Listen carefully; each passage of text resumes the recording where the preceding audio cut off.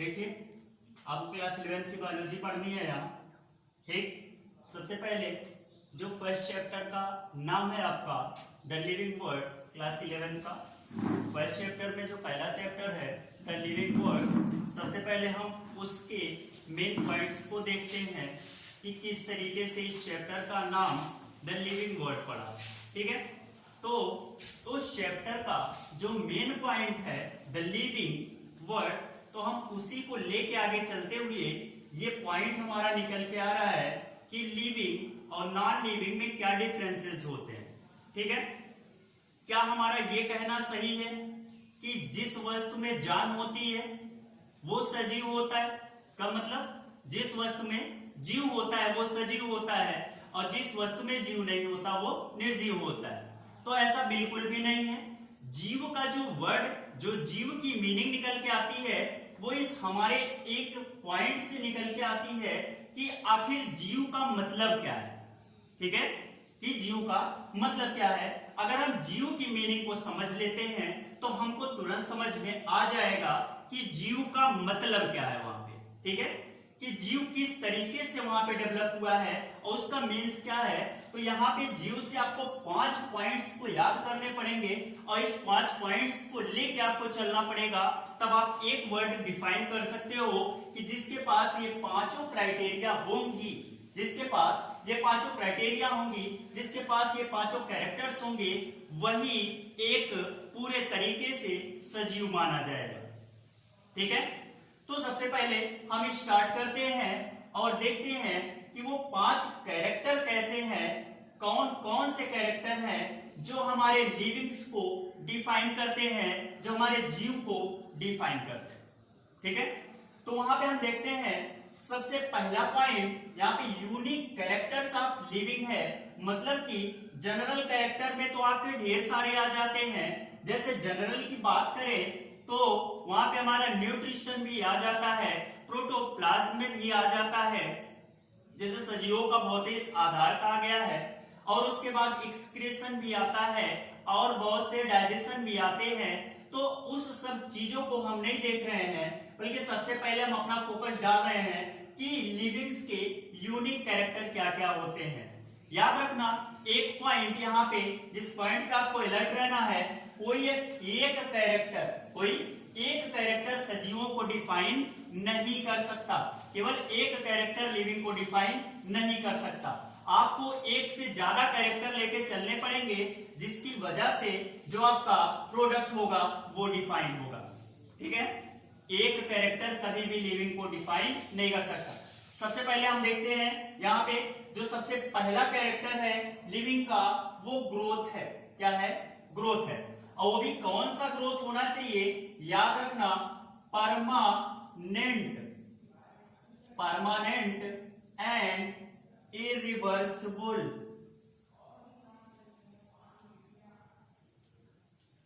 वो growth permanent होना चाहिए और इरिवर्सिबल होना चाहिए।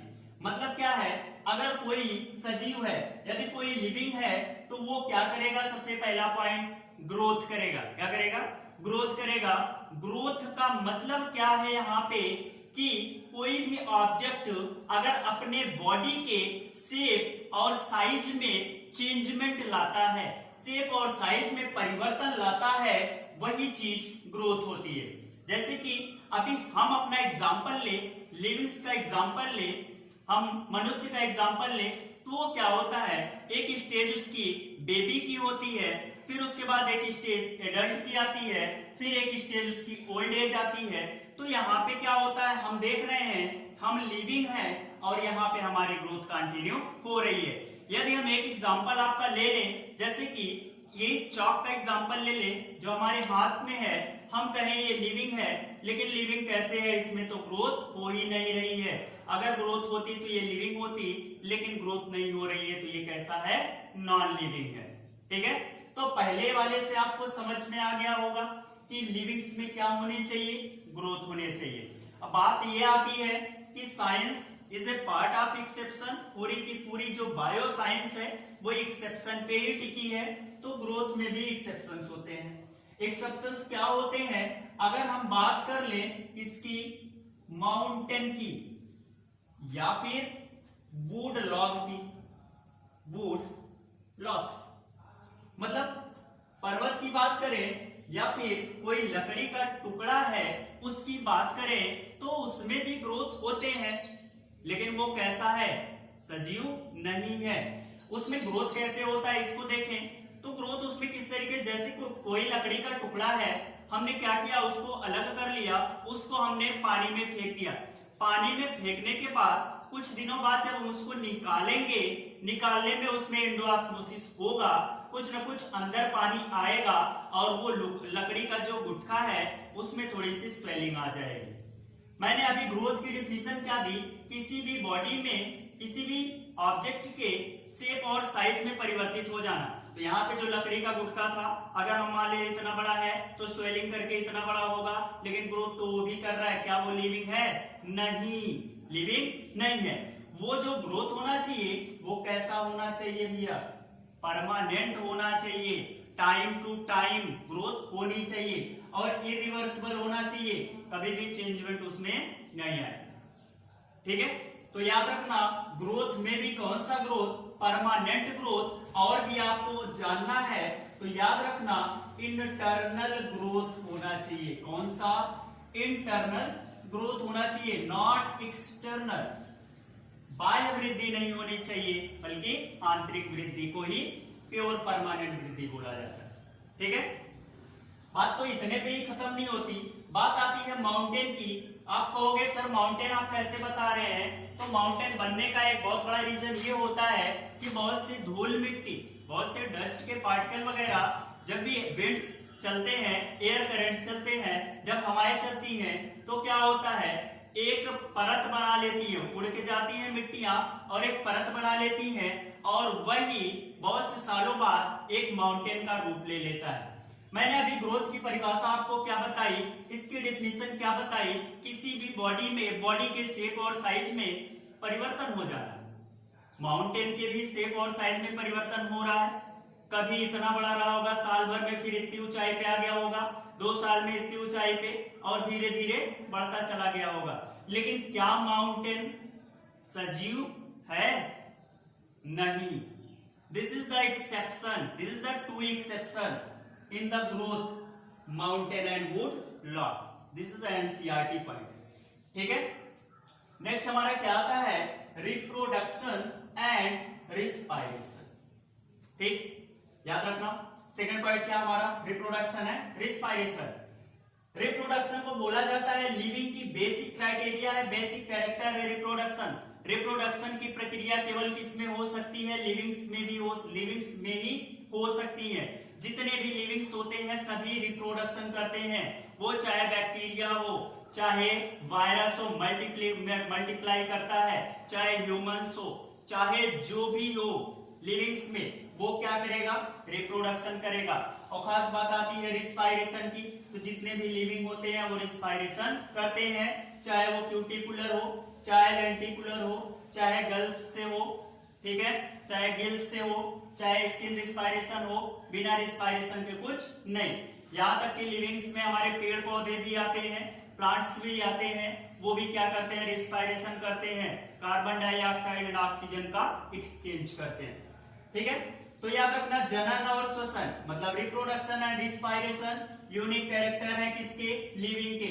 अगर किसी में रिप्रोडक्शन की प्रक्रिया नहीं होती तो वो क्या कहलाएगा, लिविंग या फिर नॉन लिविंग, नॉन लिविंग। लेकिन बात ये आती है रिप्रोडक्शन की, अगर हम डिफिनेशन देखें भैया यहाँ पे, तो रिप्रोडक्शन की डिफिनेशन होती है कोई एक लिविंग होता है उससे अपने ही जैसा दूसरे प्रोजनी को उत्पन्न करता है, वो यही प्योर डिफिनेशन रिप्रोडक्शन की।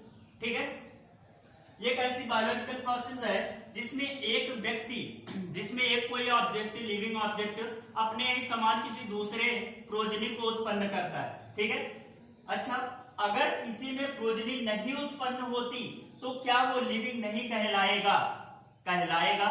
इसका मतलब अगर हम वो चीज, वो पॉइंट आपको बताएं तो आप कहोगे एक्सेप्शन है। ठीक है, बात इसी की आती है कि रिप्रोडक्शन में क्या एक्सेप्शन है। एक्सेप्शन ये है, हम देखते हैं स्ट्राइल वोमेन को, स्ट्राइल वोमेन, या फिर एक एग्जांपल आपके सामने बेस्ट एग्जांपल है म्यूल का, खच्चर हिंदी में बोलते हैं। स्टाइल वुमेन जनरली अगर देखा जाए तो इसे हम बोलते हैं हिंदी में समझने के लिए बांझ औरत। ठीक है, तो स्टाइल वुमेन क्या होती है? ऐसी वुमेन होती है जो कभी भी चाइल्ड को बर्थ नहीं कराती, चाइल्ड को बर्थ नहीं करा पाती। कुछ कारण होते हैं उनके जिससे वो इसमें असफल रहते हैं। ठीक है, लेकिन जो स्टाइल वुमेन होती हैं क्या वो लिविंग नहीं है? क्या वो सजीव नहीं है? है, लेकिन यहाँ पे रिप्रोडक्शन का एक नए प्रोजनी का उत्पन्न ना करा पाना, तो क्या ये रिप्रोडक्शन को फॉलो करता है? नहीं करता। दिस इज एक्सेप्शन इस पॉइंट का रिप्रोडक्शन, कोई दिक्कत नहीं होनी चाहिए। दूसरा है म्यूल, खच्चर है। ठीक है, ये दो हाइब्रिडाइजेशन से बनता है। एक सबसे पहले क्या होता है? एस, देखो गधा, और क्रॉस होता है किसका? घोड़ी का। ठीक है, this is male, this female. ठीक है, तो ये म्यूल जो होता है वो गधा और घोड़ी के क्रॉस से एक नया प्रोजनी उत्पन्न होता है जिसे हम म्यूल कहते हैं। लेकिन याद करो तो रिप्रोडक्शन ये भी तो कहता है कि जो भी आपकी स्पीसीज होने चाहिए वो सेम स्पीसीज होने चाहिए। ठीक है, तभी वो रिप्रोडक्शन को फॉलो करता है। जैसे क्या है, ह्यूमन और ह्यूमन के बीच में ही रिप्रोडक्शन होगा। कोई एनिमल है जैसे गोट, गोट के बीच में ही रिप्रोडक्शन होगा। ठीक है, एलिफेंट है, एलिफेंट और एलिफेंट के बीच में ही होगा। प्लांट है, प्लांट और प्लांट के बीच में ही होगा। लेकिन स्पीसीज क्या होने चाहिए? सेम होने चाहिए। लेकिन बात इसमें ऐसी आती है कि एक म्यूल होता है खच्चर जो बोझा ढोने के काम में आता है, वो जो बनता है वो गधा और घोड़ी के हाइब्रिडाइजेशन से बनता है। ठीक है, क्रॉस से बनता है। तो क्या ये रिप्रोडक्शन को फॉलो कर रहा है? स्पीसीज तो सेम नहीं है, एक गधा और दूसरा घोड़ी। ये अलग स्पीसीज है, ये अलग स्पीसीज है।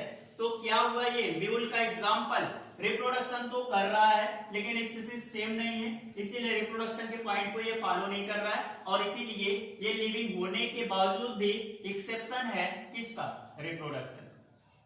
कोई प्रॉब्लम नहीं। उसके बाद तीसरे नंबर पे आता है आपका मेटाबॉलिज्म।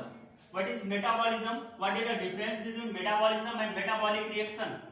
देखो, मेटाबॉलिक रिएक्शन दो टाइप की हो सकती है, कैटाबॉलिक हो सकती है, एनाबॉलिक हो सकती है। उस पॉइंट पे हमको नहीं जाना है, बस जान लेना है मेटाबॉलिज्म दो टाइप की होती है, कैटाबॉलिज्म और एक एनाबॉलिज्म। देखो मेटाबॉलिज्म क्या होती है? मेटाबॉलिज्म ये एक लिविंग की कैरेक्टर्स होती है, मतलब कि reactions inside the human body, total reactions inside the human body. Human के बॉडी में जितने भी रिएक्शंस होते हैं, अब आप कह रहे होगे ह्यूमन के बॉडी में कौन सा रिएक्शन होता है? तो भैया आपको पता है डाइजेशन का रिएक्शन, प्रोटीन का टूट जाना पेप्टाइड्स में। ठीक है, with the help of catalyst enzyme proteases. और जितने भी आप भोजन लेते हो वो सभी क्या करते हैं? एक कॉम्प्लेक्स से स्मॉल पार्ट में ब्रेक हो जाते हैं, तभी उसका डाइजेशन होता है। This is a type of reaction, excretion का रिएक्शन। ठीक है, तो हमारे बॉडी में बहुत से रिएक्शंस होते हैं। ठीक है, तो याद रखना मेटाबॉलिज्म क्या होता है कि जितने भी टोटल रिएक्शंस होते हैं कहां पे? इनसाइड द ह्यूमन बॉडी या फिर इनसाइड द लिविंग बॉडी, वो क्या कहलाती है? मेटाबॉलिज्म।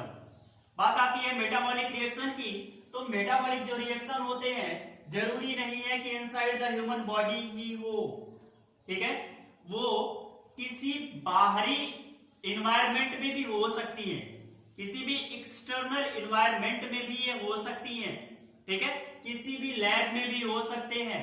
जैसे इन विट्रो की बात करें, इन विट्रो फर्टिलाइजेशन की बात करें, जिसमें एक जाइगोट बनाया जाता है किसी ह्यूमन के मेल से, किसी ह्यूमन के फीमेल से, उसके गैमेट्स को निकाल के किसी लैब में उसको रिएक्ट कराया जाता है जाइगोट को बनाने के लिए। क्यों ये ऐसा होता है?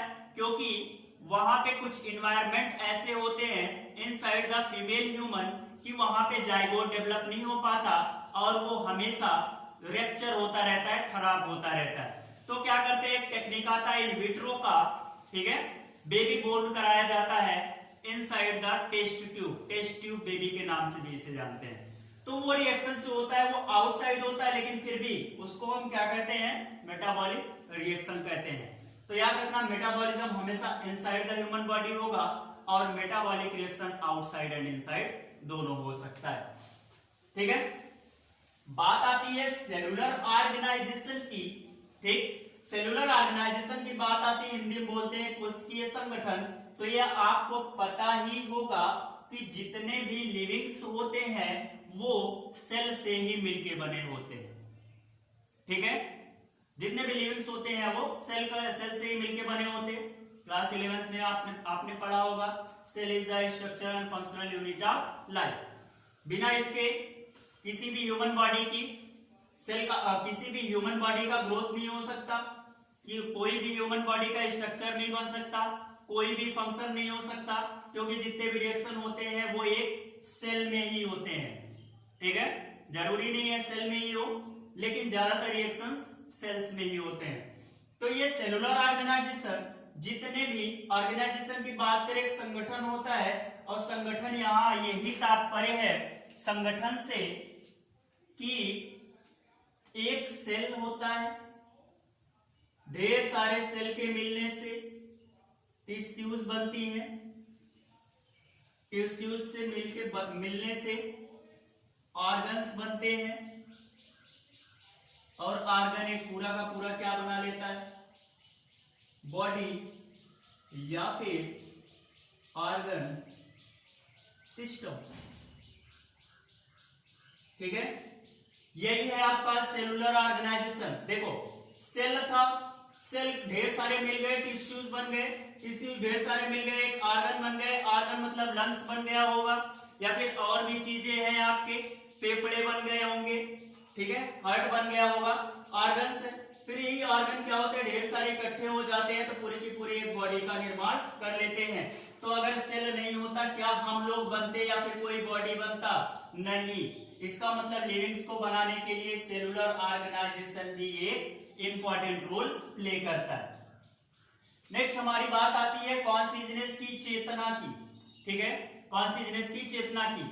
आपको पता होगा जितने भी लिविंग्स होते हैं, जितने भी लिविंग्स होते हैं उनमें चेतना की शक्ति होती है। मतलब चेतना मतलब क्या, कॉन्शियसनेस मतलब क्या, मतलब अगर आप उनके सामने कोई एक्शन करो तो वो उस एक्शन पर रिएक्शन करते हैं, ठीक है। जैसे क्या हुआ, आप बिना किसी गलती के, ठीक है, बिना कोई किसी गलती के किसी को आपने एक थप्पड़ मार दिया, अगर उसकी गलती नहीं है और अगर वो लिविंग है तो क्या वो आपको दो नहीं मारेगा? मारेगा, जाहिर सी बात है, लेकिन हाँ कंडीशन क्या है, वो लिविंग है तो, और लिविंग है भी अगर किसी मनुष्य को मार रहे हैं, ठीक है। लेकिन एक एक्सेप्शन इसमें ऐसा आता है, एक्सेप्शन है, याद रखना, पूछा जाता है, एक्सेप्शन ये है कोमा पेशेंट, कोमा पेशेंट का, ठीक। कोमा पेशेंट क्या होते हैं, थोड़ा सा हम इसके बारे में जान लेते हैं। देखो कोमा में वो जाता है जिसकी केवल और केवल हार्ट बीट्स चलती हैं, दिल की धड़कन केवल चलती है। अगर सिर्फ दिल की धड़कन चल रही है तो वो कहां रहेगा, कोमा में रहेगा, ठीक है। अगर ना मालूम रहा हो तो जान लेते हैं केवल हार्ट बीट चलती है, और तब वो कोमा में जाता है, ठीक है। अब यहां पे क्या हो रहा है, उसकी हार्ट बीट तो चल रही है, हार्ट बीट उसकी चल रही है, और सांसें उसकी चल रही है, और सांस लेने की प्रक्रिया क्या है, लिविंग्स का एक कैरेक्टर है कि नहीं है। इसका मतलब अगर हम हार्ट बीट के हिसाब से देखें, रिस्पायरेशन के हिसाब से देखें, तब तो वो मनुष्य क्या है, लिविंग है। लेकिन बात आती है एक ये पॉइंट हमारी कॉन्शियसनेस की, तो एक बात बता दे, केवल हार्ट बीट चलती है, अगर आप उसके सामने जाके डांस करो उसको कोई फर्क नहीं, अगर आप उसको जाके 2-3 थप्पड़ मारो कोई फर्क नहीं, उसके सामने आप जाके गाना गाओ कोई फर्क नहीं। केवल क्या एक्टिविटी होती है, सांस लेने की एक्टिविटी होती है, हार्ट बीट चलती है, इसीलिए उसको लिविंग बोला जाता है। लेकिन क्या ये कोमा पेशेंट इस पॉइंट को फॉलो कर रहा है कॉन्शियसनेस के, क्या उसमें चेतना की शक्ति है? नहीं। क्या वो आपके एक्शन का रिएक्शन कर रहा है? नहीं। अगर हम इस पॉइंट के हिसाब से देखें तो ये नॉन लिविंग है, और इस पॉइंट के हिसाब से देखें तो ये लिविंग है। इसीलिए कॉन्शियसनेस का एक एक्सेप्शन आता है, और वो एक्सेप्शन है कोमा पेशेंट का। ठीक, एक पॉइंट यहां से हमको ये मिलता है कि सब में जो यूनिक कैरेक्टर है आपके लिविंग के, सब में क्या मिलता है, हमें एक्सेप्शन मिलता है। सब में हमको एक्सेप्शन मिल रहे हैं, लेकिन एक पॉइंट ऐसा है जो विदाउट एक्सेप्शन है, और उसका नाम क्या है, मेटाबॉलिज्म। क्या इसका नाम मेटाबॉलिज्म है भैया? ठीक, ये पॉइंट ऐसा मिला जो कि विदाउट एक्सेप्शन है, याद रखना, विदाउट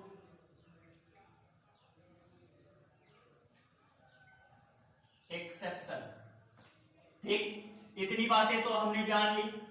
थोड़ा सा हमने ये इसके बारे में पढ़ा, यूनिक कैरेक्टर्स ऑफ लिविंग। अगर हम सिर्फ कैरेक्टर्स के बारे में पढ़े तो 5 नहीं, हमारे पास और भी पॉइंट्स आ जाएंगे।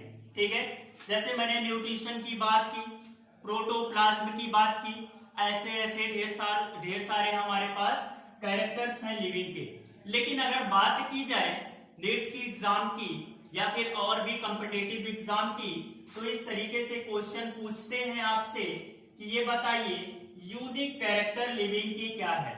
3 कैरेक्टर आपको ऐसे जनरली मिल जाएंगे, केवल कैरेक्टर्स ही मिलेंगे। लेकिन याद रखना, ये पॉइंट आता है आपका यूनिक।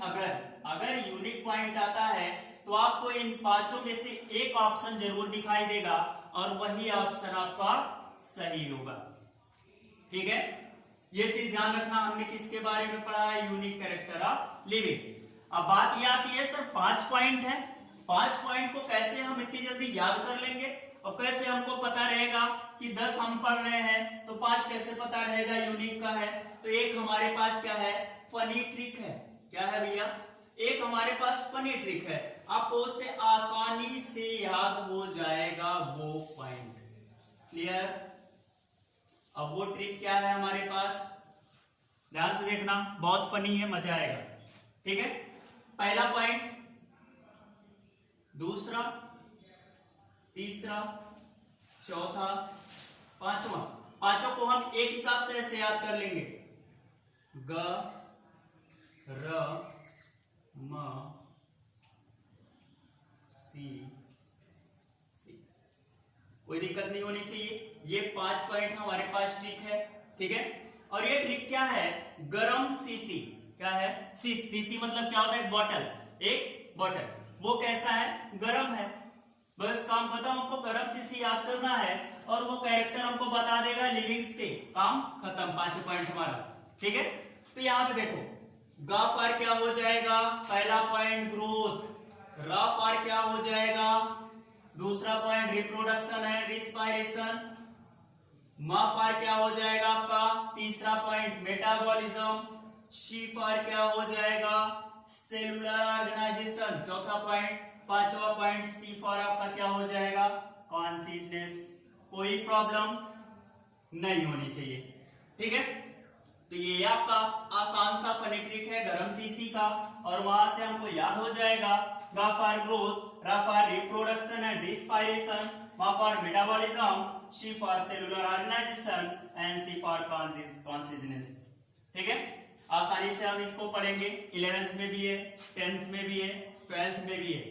ठीक है, आसानी से याद कर लेना, और हायर क्लासेस में भी मिलेंगे, और इससे 2 से 3 क्वेश्चन पूछा जाता है आपके नीट एग्जाम में। ठीक है, इस चैप्टर से। ये तो आपका पहला लेक्चर रहा, आप लोग ध्यान से फॉलो करिएगा। बढ़िया से इस पूरे ट्रिक को याद करिएगा, आसान है, 2 मिनट का काम आप याद कर लेंगे। ठीक है, तो एक हमारा यूट्यूब चैनल आ रहा है आपके, तो वहां पे उसको सब्सक्राइब करिएगा। नाम है आपका एस शुक्ला ट्यूटोरियल के नाम से, जहां पे आपको एक एक वीडियो, एक एक लेक्चर आपको आसानी से मिलते रहेंगे। ये हमारा पहला लेक्चर था क्लास 11th का, और सबसे पहला पॉइंट था, सबसे पहली हेडिंग थी द लिविंग वर्ड का। ठीक है, ऐसे ऐसे आगे आपको अकॉर्डिंग टू प्योर एनसीईआरटी के पॉइंट से, प्योर एनसीईआरटी आपको मिलेगा। यहाँ पे जितने भी पॉइंट्स एनसीईआरटी के हैं सबको यहाँ पे डिफाइन किया जाएगा और अच्छे से बताया जाएगा।